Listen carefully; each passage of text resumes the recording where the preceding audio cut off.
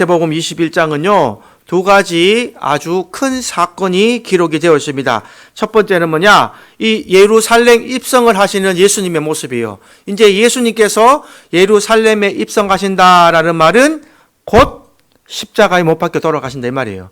그래서 예루살렘에 입성하는 모습이 기록되어 있고, 두 번째는 예루살렘 입성에서 제일 처음에 있었던 사건이 뭐냐? 성전 청결 사건입니다. 그래서 오늘 본문을 내 집은 기도하는 집이라고 잡았는데요. 성전에 대한 하나님의 예수님의 메시지, 성전 청결 사건을 오늘 배울 것입니다. 그래서 예수님께서는 지금 계속 20장까지 말씀하신 대로 내가 이것을 하러 왔다. 하나님 나라의 복음 전파와 십자가 사건을 통해서 너희의 죄를 사하러 왔다. 하나님의 구원의 방법을 설명하셨고, 또 내가 3일 만에 부활해서 다시 살아날 것이다 라는 것까지 제자들에게 계속 일러주고 계셔요. 그런데 제자들은 깨닫지 못하고 알아듣지 못하고 그냥 눈에 보이는 방법대로, 눈에 보이는 자기의 생각과 의지대로 예수님을 판단하고 바라보니까 그 삶이 바뀌지 못하는 것을 계속 확인을 할 수가 있습니다. 그러나 스가랴서의 예언대로 예수님께서 들어가시는데 그냥 들어가시는 것이 아니라 나귀를 타고 예루살렘에 들어가는 것을 우리가 확인할 수 있습니다. 4절 말씀 한번 우리 읽어보겠습니다. 마태복음 21장 4절 말씀 시작. 이는 선지자 통하여 하신 말씀을 이루려 하심이라. 일렀으되. 그리고 5절 제가 한번 읽어드립니다. 시온 딸에게 이르기를 내 왕이 내게 임하나니 그는 겸손하여 나귀 곧 멍에 매는 짐승의 새끼를 탔도다 하라 하였느니라. 이렇게 전했죠. 그래서 예수님께서 나귀를 타는데 나귀도 나귀 중에 새끼를 탄단 말이에요. 그러니까 얼마나 겸손한 표현이다 말이에요. 겸손한 표현. 겸손한 표현을 하기 위해서 이렇게 말씀을 하고 있습니다. 어떻게 예언했느냐? 그러면 스가랴서를 봐야 되죠. 스가랴서 9장 9절을 한번 읽어보기를 원합니다. 시작. 시온에 따라 크게 기뻐할지어다. 예루살렘에 따라 즐거이 부를지어다. 보라, 내 왕이 내게 임하시나니 그는 공의로우시며 구원을 베푸시며 겸손하여서 나귀를 타시나니 나귀의 작은 것 곧 나귀 새끼니라. 아멘. 구약에 벌써 다 이렇게 예언을 해놓으신 그대로 예수님께서 성취를 하시단 말이에요. 그래서 예수님은 구약의 완성이다라고 말해요. 성취하셨다, 완성하셨다. 구약에 이루어진 예언 그대로 나귀의 새끼까지 타는 것까지 그대로 예수님은 완성을 하십니다. 여러분 생각해 보세요. 나귀를 타고 예루살렘에 입성하면 사람들이 그 사람을 메시아로 볼까요? 안 볼까요? 안 보죠. 제가 만약에 여기 돼지 새끼 타고 이렇게 다니면, 나귀 새끼 타고 나는 목사다 하면 사람들이 나를 목사로 볼까요? 미친놈으로 볼까요? 미친놈을 보겠죠. 예. 예수님이 지금 그 모습 그대로 가시는 거예요. 그러나 그 모습이 하나님 보실 때는 어떤 모습이냐? 겸손하신 모습이란 말이에요. 겸손하신 모습이다. 왕이지만 왕의 권위와 유대인의 왕으로 오셨던 그 모든 것을 내려놓으시고 인간의 구원을 위해서 자기 목숨을 십자가에 못 박혀 돌아가실 그 사역을 감당하시러 오셨던 가장 낮은 자의 모습으로 지금 예루살렘에 입성하는 모습을 보여주고 계십니다. 그래서 이제 예수님께서 예루살렘에 모여드니까 사람들이 어떻게 하겠어요? 막 예수님 환영하는 모습이 나타납니다. 우리의 왕이 왔구나. 왜냐? 예수님이 보니까 뭘 하세요? 맹인도 고치고 귀머거리도 고치고 벙어리도 고치고 죽은 자도 살리니까 이 유대인들이 볼 때는 어떤 사람이에요? 이제 우리의 왕이 와서 우리를 해방시켜 주겠구나. 그 예수님의 모습 속에서 선지자보다는 왕의 모습으로 환영하는 모습을 보여줍니다. 8절, 9절 보시면 그 구절이 나와요. 8절, 9절 한번 읽어보겠습니다. 시작.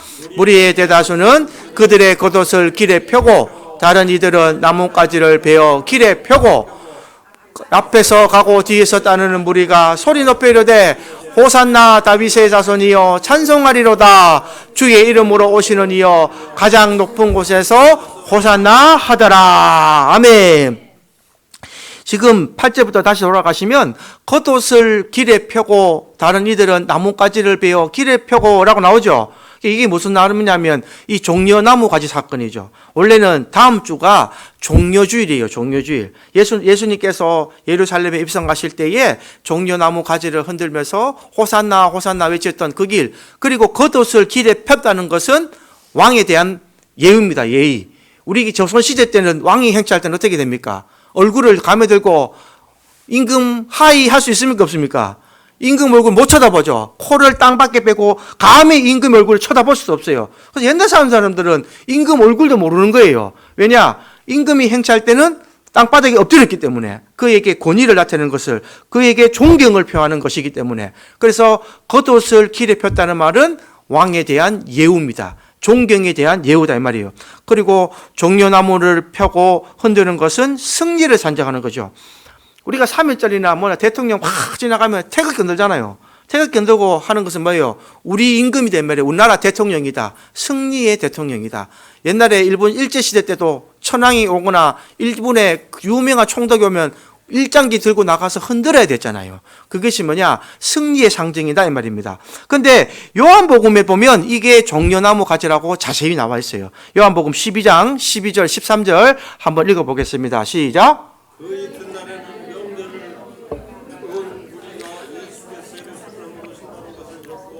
종려나무 가지를 가지고 맞으러 나가 외치되 호산나 찬송하리로다 주의 이름으로 오시는 이곳 이스라엘의 왕이시여 하더라.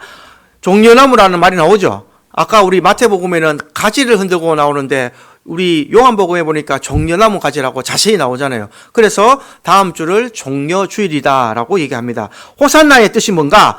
호산나의 뜻은요, 지금 우리를 구원하소서 이런 뜻이에요. 왕이여 우리를 구원하소서가 아니라 지금 우리를 구원하소서. 이 로마의 속박과 이 박해 속에서 우리를 구원해 주시옵소서. 예수님에 대한 환상과 이상이 그렇게 있다면, 예수님에 대한 화상과 이성이 이스라엘 사람들은 이랬습니다. 그래서 다윗의 자손이여 우리를 지금 구원하소서, 높은 곳에서 우리를 구원하소서라고 종려나무 가지를 흔드는 거예요. 왕이 왔으니까 우리는 곧 해방될 것이다. 그러면 예수님께서 좀 겸손하시면 이런 환송과 이런 대우에 대해서 어떻게 해야 될까요? 좀 거절하실 만도 하죠. 아, 내가 무슨 이런 환대를 받아, 내가 이런 너희들의 이런 화려한 이런 대우를 받기는 옳지 않다. 검소하게 해라. 이렇게 좀 우리는 많이 배웠잖아요. 근데 예수님은 이 환송과 이 대우를 합당하다 여기시는 거예요. 내가 왕이니까 합당하게 여기시는 대구절이 그 뒤에 나옵니다. 그러나 이 구절에 대해서 이 서기관들과 대제사장들은 아주 화를 내고 싫어하죠. 저 사람이 뭔데 지금 저러한 대우를 받으면서 저러한 환송을 받으면서 들어올 수가 있느냐라고 21장 15절 16절에 보면 그렇게 말합니다. 그러나 예수님께서는 뭐라고 말씀하시느냐? 마태복음 21장 16절에 보면 그 말씀을 하시죠. 21장 16절 한번 읽어보겠습니다. 시작. 예수께서 말하되 그들이 하는 말을 듣느냐? 예수께서 이르시되 그렇다. 어린아기와 젖먹이들의 입에서 나오는 찬미를 온전하게 하셨나이다 함을 너희가 읽어본 일이 없느냐 하시고, 어린아이와 젖먹이들의 입에서 나오는 찬미를 온전하게 하셨다, 이 말을 들어본 일이 없느냐라고 말씀하시는데, 이 구절이 어디 나오냐? 시편 8편에 나오는 거예요. 시편 8편 1절 2절 둘이 한번 읽어보겠습니다. 시작. 여호와 우리 주여 주의 이름이 온 땅에 어찌 그리 아름다운지요 주의 영광이 하늘을 덮었나이다. 2절 읽겠습니다. 주의 대적으로 말미암아 어린아이들과 젖먹이들의 입으로 권능을 세우시며 이는 원수들과 보복자들을 잠잠하게 하려 하심이니이다. 아멘. 왜 어린아이들과 젖먹이들의 입으로 권능을 세우시냐면요, 원수들과 보복자들을 잠잠하게 위해서, 왕의 권위를 나타내기 위해서, 예수님의 권세를 보여주시기 위해서 모든 자들에게 그 예수님을 찬양하는 것을 합당하게 여기신다 이 말입니다. 예수님의 부활, 예수님의 십자가 사건으로 인해서 오늘날 저와 여러분들은 누구에게 영광을 돌립니까? 예수님께 돌리잖아요. 그래서 기도할 때 누구 이름으로 기도합니까? 예수님 이름으로. 그러니까 예수님은 이런 영광과 찬소와 이 모든 권위를 받기에 합당하신 분이다 이 말입니다. 할렐루야. 이거를 기억하셔야 돼요. 예수님을 그냥 우리가 말하는 십자가에 돌아가신 분이 아니라 모든 영광과 권세와 찬양을 받으시기에 합당하신 분이다 이 말입니다. 그것을 기억하라는 것을 지금 말씀하고 있습니다. 그래서 호산나라는 말로 선포를 하고 계신다. 누가복음에는 조금 더 강하게 선포하고 있습니다. 누가복음 19장 39절 40절 말씀도 한번 읽어보겠습니다. 시작. 무리즉 어떤 바리새인들이 말하되 선생이여 당신의 제자들을 책망하소서 하거늘 대답하여 이르시되 내가 너희에게 말하노니 만일 이 사람들이 침묵하면 돌들이 소리 지르라 하시니라. 만약에 이 어린아이와 젖먹이까지 조용하면 자연도 나를 위해서 소리친다 이 말이에요. 그만큼 하나님의 예수님의 권위와 영광의 찬송을 하여라. 나를 찬송하기에 합당하다라는 말씀을 정확하게 예수님께서 하신다. 그래서 내가 너희들의 죄를 구원하기 위해서 왔기 때문에 너희들이 나에게 구원해 달라는 것이 당연하다 이 말이에요. 당연하다. 그래서 우리가 구원을 얻을 때는 누구에게 얘기한다고요? 주여 우리를 긍휼히 여기소서. 할렐루야. 예수님에게 그 얘기를 해야 되는 거예요. 주님이 우리를 위하여 십자가에 못 박혀 피 흘려 돌아가셨기 때문에 주님으로 말미암은 공짜는 구원이 있었습니까? 없습니까? 없다는 거예요. 그래서 예수님만이 우리를 구원할 수 있는 이름의 자격이 있기 때문에 영광과 찬양을 받으시기에 합당하다. 구원이 주님에게만 온다라는 것입니다. 이 얘기를 오늘 잘 기억하셔야 됩니다. 그래서 호산나 종교나무를 하고 난 뒤에 예수님만이 저와 여러분들의 구원의 통로가 되었다라는 것을 기억하셔서 주님만을 기억하시고 주님이 오실 때에 종려나무 가지를 흔들면서 호산나 호산나 외치는 저와 여러분이 되기를 주님의 이름으로 축복합니다. 그래서 이게 내가 진짜 성전이 된다는 것을 보여주시기 위해서 뒤에 나오는 사건이 행하시는데 바로 그것이 뭐냐? 오늘 말씀의 본문이 나오는 성전 청결 사건이 되는 거예요.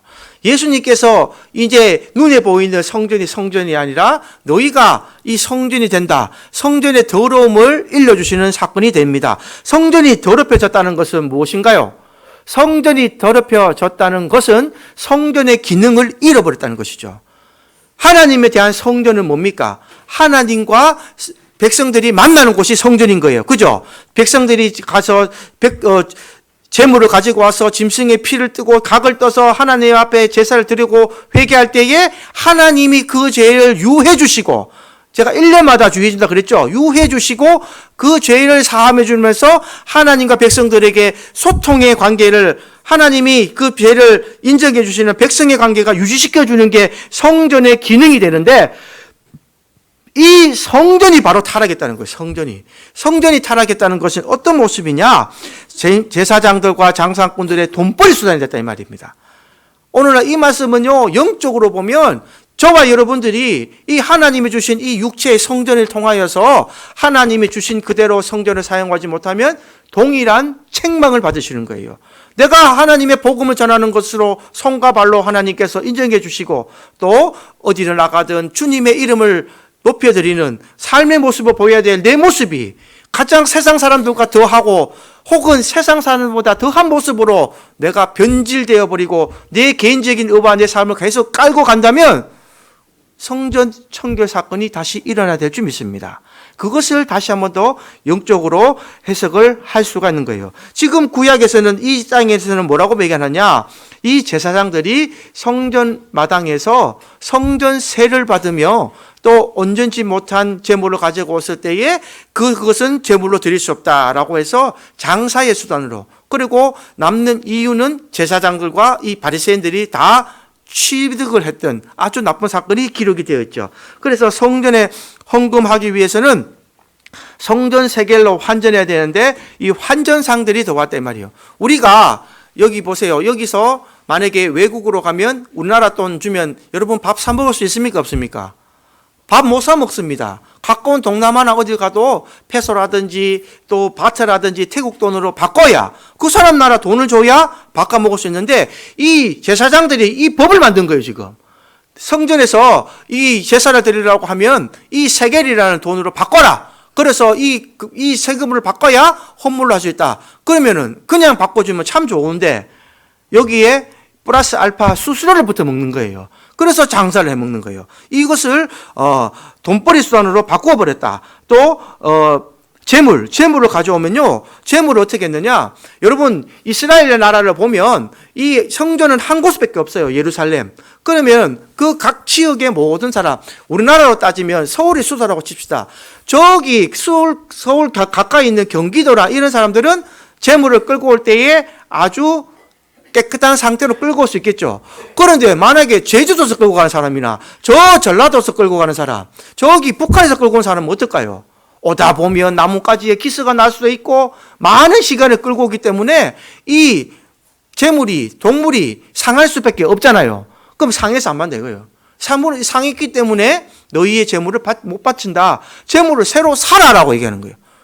그러면은 살 수밖에 없는 거예요. 제사장들이나 고위제사장들이 이리 바꾸라라고 법을 받기 때문에 온전한 재물을 바치라라고 했기 때문에 그것을 다시 돈을 주고 사야 되는, 그렇게 해서 그 재물이 쌀까요, 비쌀까요? 비싸죠. 여러분들, 우리나라에서 음식물이 제일 비싼 데가 어디냐면은 울릉도, 제주도입니다. 육지에서 그 사람들은 육지라는 표현을 써요. 육지. 저에게는 익숙하지 않겠지만 섬 사람들은 항상 육지라는 표현을 쓰거든요. 그러면 모든 물품을 육지에서 가지고 들어오기 때문에 물건이 비쌀 수밖에 없어요. 울릉도 가면은 된장찌개 한 그릇 12,000원, 14,000원도 해요. 여러분 지금 여기 12,000원, 14,000원 주고 밥 못 사 먹지만 거기 가면 사 먹어야 되는 거예요. 파는 데가 그거밖에 없기 때문에.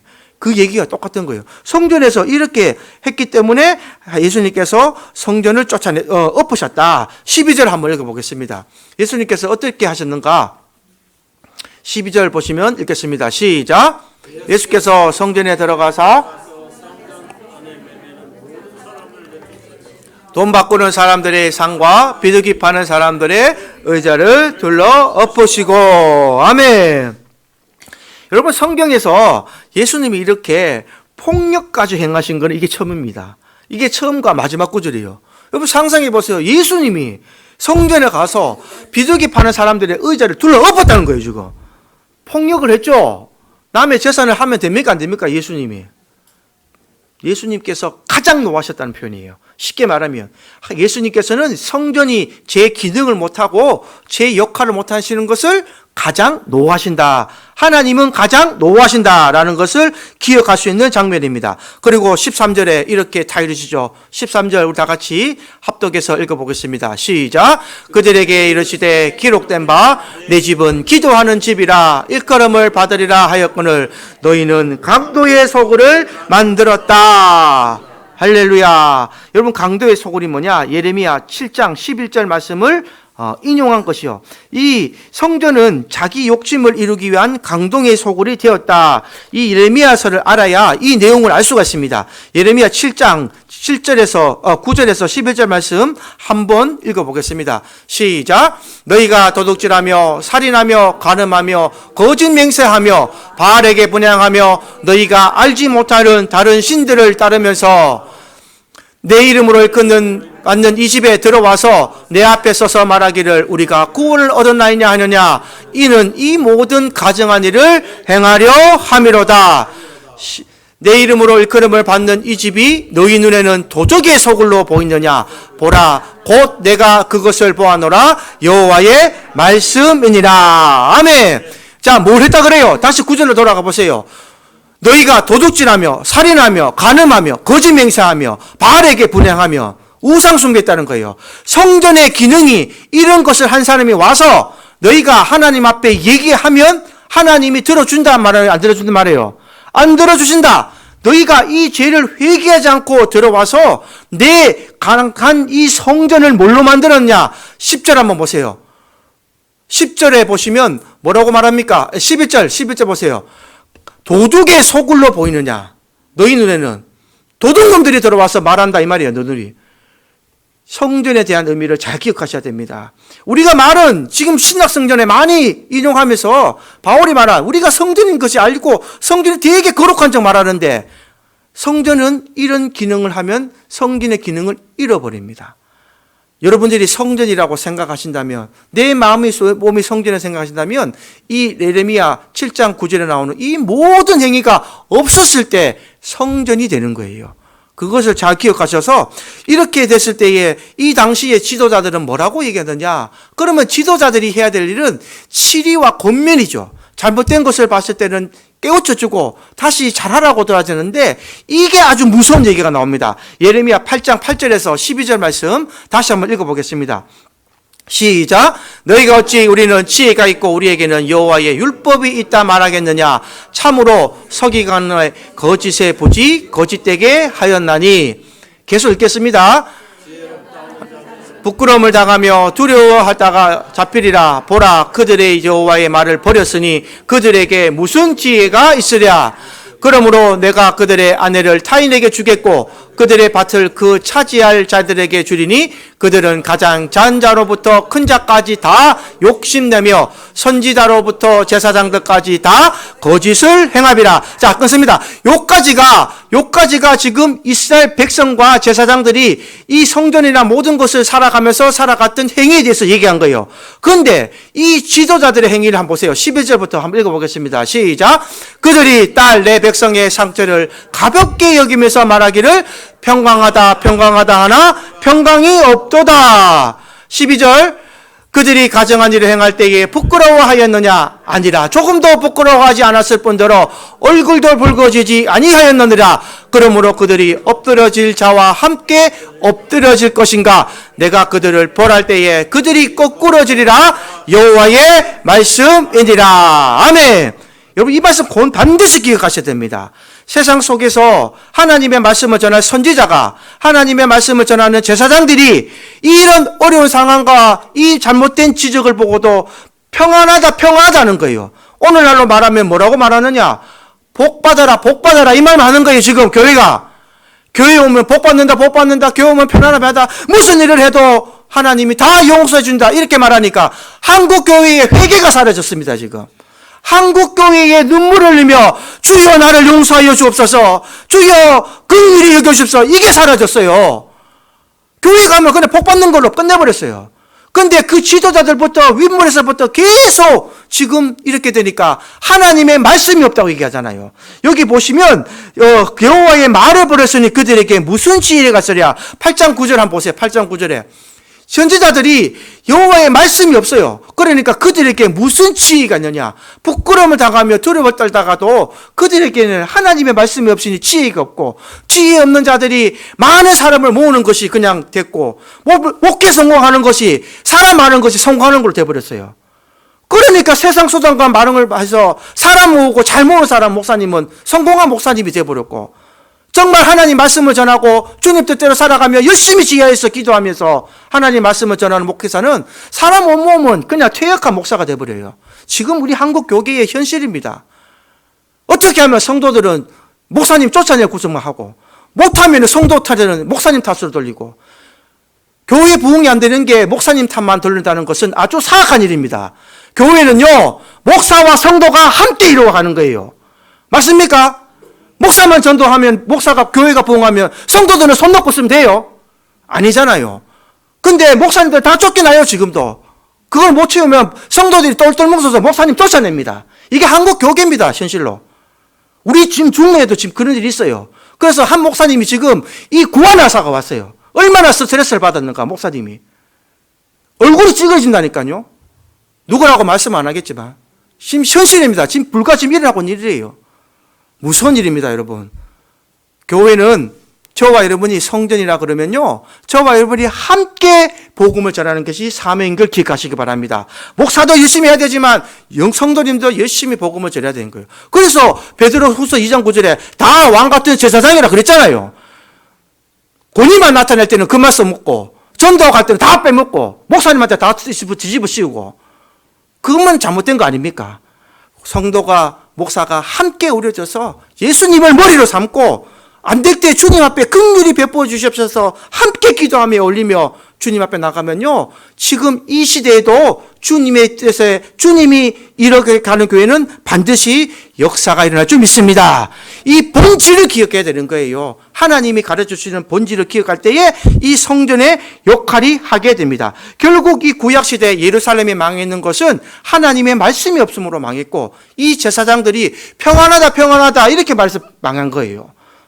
하나님의 말씀이 없으니 평안하다 평안하다 복받는다 말만 하게 돼 있고, 또 백성들도 제사장들이 평안하다 평안하다 하니까 평안하겠지 잘 살겠지 하다가 결국은 포로로 잡혀가고 구약시대의 백성들은 다 망했다라는 것을 기억하셔야 됩니다. 그래서 오늘날 이 뒤에 얘기를 예수님께서 책망하실 때에 무엇을 얘기하시느냐, 바로 그래서 나오는 얘기가 이 무화과 나무의 저주가 나오는 거예요. 예수님께서 그 바로 뒤에 다음날 길가에서 무화과 나무에 열매가 없고 잎사귀가 무성한 것을 보시고 저주를 하십니다. 그럴 때에 무화과 나무가 말라버리는 거예요. 믿음이 없는 당시의 종교 지도자들을 예수님께서 이렇게 책망하시는 장면이죠. 마가복음 11장 13절에 보시면 아직 무화과의 때가 아님이라 라고 말씀하시면서 예수님께서 지금 아직 열매가 나올 때가 아니라, 그러면서 오늘 우리에게 말씀하시는 것은 뭐냐, 너희들은 이렇게 되지 말라 이 말이에요. 너희들은 이렇게 되지 말라. 열매 없는 무화과 나무가 되지 말라라고 말합니다. 예수님께서 나와 제자들이 무화과 나무가 어찌하여 이렇게 말랐나이까 질문을 할 때요, 너희가 믿음이 없고 의심하지 아니하면 무화과 나무가 마르게 할 뿐 아니라 이 산들더러 바다에 던져지라 하여도 될 것이다 라고 말씀하십니다. 종교 지도자들에게, 바리새인들에게, 사두개인들에게 하신 예수님의 지책은 뭐냐, 너희가 믿음이 없다는 말이에요. 믿음이 너무 없다. 믿음이 너무 없으니까 너희가 행위가 세상 사람들과 사는 것과 똑같다 이 말입니다. 그렇죠. 한번 생각해 보세요, 여러분. 뭔가 조금 믿음이 없으면 세상 사람들처럼 돈을 추구하게 되고 물질을 추구하게 되고 그 길을 계속 따라가게 됩니다. 그러니까 이 정치의 제사장들이나 바리새인들도 뭘 했느냐, 백성들이 가지고 있는 재물 가지고 성전에서 장사하고 내 물질의 재물을 체크하고 내 부를 쌓는데 온 정신을 쏟았다는 것을 지금 계속 이어가면서 얘기하게 됩니다. 그러면 이 대제사장들과 바리새인들은 이렇게 되면 회개를 해야 될까요, 말아야 될까요? 그러나 마음속에 죄악이 가득하면 절대 예수님의 말이 귀에 들어오지 않습니다. 23절부터 보시면요, 본격적으로 예수님을 대적하죠. 저 사람이 바른 소리를 하기 때문에 저 사람 때문에 우리가 더 이상 돈을 못 모으겠죠.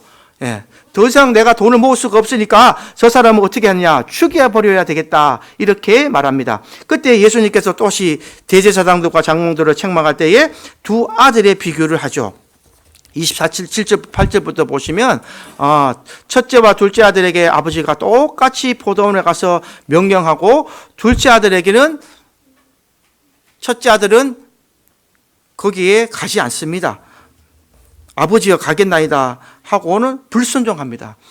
아버지가 일을 시키죠. 첫째 아들과 둘째 아들에게 저 밭에 가서 일을 해라. 첫째 아들은 예 가겠습니다 해놓고는 안 가요. 불순종합니다. 그거는 앞에서는 예 하고는 뒤에 가서는 뒤통수 치는 거죠. 근데 둘째 아들은 아버지 형 시키지 마, 내가 시킵니까? 나 안 갈랍니다. 그렇게 했는데 마음이 불편한 거예요. 아버지가 나한테 일을 시켰는데 그래도 내가 가야 되지 않을까? 내가 안 가면 아버지가 실망하시지 않을까? 그러면서 싫다고 말해놓고 나중에는 잘못을 깨닫고 다시 일하러 갑니다. 그때 예수님께서 질문을 합니다. 누가 아버지의 뜻대로 행했는 자냐? 아주 이 여운이 남는 말씀이죠. 여러분은 첫째 아들입니까? 둘째 아들입니까? 다 둘째 아들 되시기를 주님의 이름으로 축복합니다. 둘째 아들은 처음에는 가기 싫다고 말했지만 다음에 나중에 가면 뉘우치는 거예요. 여러분, 우리가 주님의 길을 따라간다는 것은 참 어렵고 힘든 길입니다. 막상 살아가는 삶에서 브레이크가 걸리고요, 또 모든 환경과 좌우 옆을 돌아보면 정말 이 길을 가야 되는가, 이것을 말고 내가 이것을 하면 더 내가 유익이 될 것인데, 이런 많은 생각이 되는 상황이 많을 수 있습니다. 그러나 주님이 우리를 위하여 십자가에 못 박혀 돌아가신 것을 기억만 한다면, 그것이 여러분 마음에 찔림이 된다면, 그래서 다시 내가 이 모든 것을 내려놓고 주님이 나를 위해 십자가에 헌신하며 돌아가셨으니 그 주님을 사랑하는 믿음이 겨자씨만한 하나라도 있다면 둘째 아들의 믿음이 될 줄 믿습니다. 되도록 가만히 생각해 보니까 주님이 나를 위해 잘못한 게 없잖아요. 주님은 그냥 나를 위해서 십자가 피 흘려 돌아가신 것밖에 없고 이 죄인을 위해서 피 흘려 돌아가셨잖아요. 그 모진 고통과, 여러분 얼굴에 침 뱉는 감 당해보셨습니까? 성경에 보면 그대로 나옵니다. 예수님이 십자가를 끌고 갈 때에 로마 군인이 책찍질을 했고요, 그 얼굴에 침을 뱉으면서 침 뱉는 게 얼마나 모욕적입니까? 우리 지금 여기서 만약에 아무가 당신 얼굴에 침 뱉으면 가만히 있을 분 몇 분이나 나올까 한번 궁금하지 않습니까? 저도 못 참을 것 같아요. 그렇지 않습니까? 저 거짓말 이유는 없거든요. 아무리 입으로 욕을 해도 좀 참아도 얼굴에 침 뱉다 보세요. 그만큼 모욕적인 게 없습니다. 어떻게 그걸 참는다는 게 쉽습니까? 그러나 예수님은 끝까지 묵묵히 그 골고다 언덕을 십자가를 지고 걸어가셨던 그 주님의 걸어가신 길을 기억하시기 바랍니다. 주님 걸어가신 길을 걸어갈 때는요, 우리가 침을 당할 수도 있고 아무 이득이 없어도 그 길에는 반드시 순종만이 살아남을 줄 믿습니다. 순종이 살아남아야 된다. 그렇게 말하면서 진짜 아버지의 뜻대로 하였느냐라고 질문하죠. 그리고 나서 이제 예수님께서 설명을 합니다. 세리와 창녀들이 너희보다 하나님의 나라에 먼저 들어가리라. 우리 31절 한번 43절 세리와 창녀의 얘기가 나오죠. 그래서 43절 말씀에 보면 그러므로 내가 너희에게 이르노니 하나님의 나라는 너희를 빼앗기고 그 나라의 열매 맺는 백성이 받으리라 이렇게 나온 거예요. 너희는 나 하나님의 나라는 너희는 빼앗기고 그 나라의 열매 맺는 백성이 받으리라. 여러분 세리와 이 창녀는 시대에 살면서 가장 천한 사람이죠. 사람들에게 사람 대접 못 받는 사람이에요. 그러나 그들이 믿음을 가졌을 때에 하나님 나라에 들어갈 수가 있다라고 예수님이 설명을 하고 계십니다. 그래서 지금 이 말씀을 쭉 들어보면 대제사장이고 장로고 바리새인이고 서기관들에게 질책하는 말씀이지만 오늘날 우리에게 받아들이는 말씀은 뭐냐? 신앙생활 제대로 하지 못하고 예수를 제대로 바라보지 못하는 자에게 주시는 주님의 권면이다라고 오늘 꼭 깨달으시길 바랍니다. 그래서 성전 청결 사건을 꼭 기억하셔야 됩니다. 혹 내가 내 입술로 거짓말을 하고 내가 다른 사람에게 상처를 준 일이 있고 또 내가 내 삶의 자를 볼 때에 뭔가 타인에게 칭찬받는 일이 없거든. 다시 한 번 더 여러분의 오늘 말씀을 뒤집어서 성전을 청결하게 청소하시기 바랍니다. 청소는 하면 됩니다.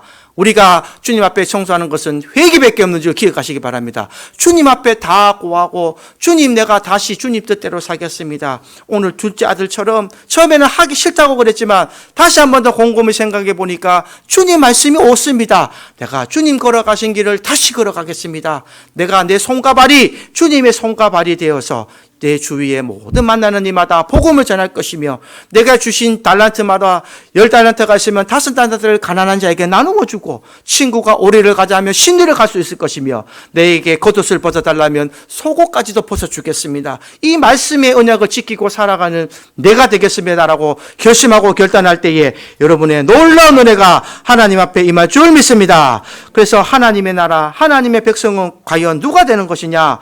첫째는 이 세리와 창녀 같은 회개하는 마음이 있어야 되는 거예요. 세리와 창녀는요, 자기가 가장 죄인이라고 생각했을 겁니다. 창녀는 자기가 죄를 지으라고 죄인이라고 생각했을 거예요. 자기의 인생이 잘난 것이 없으니까, 남한테 보일 게 없으니까, 그렇게 했을 때에, 나는 죄인이다. 나는 참 인생을 잘못 살았다면서, 그렇게 주님께 회개할 때에, 그들이 성령을 받고 하나님 말씀을 깨닫고 삶이 변하고 영생의 길에 들어갈 수 있다라고 말씀하신 것처럼 우리도 다시 한 번 더 주님 앞에 다뤄온 삶을 돌아보고 오늘 여러분의 성전의 상태를 돌아보시면서 혹 내 성전이 더러워졌다라는 것을 깨달으신다면 꼭 회개하시기 바랍니다.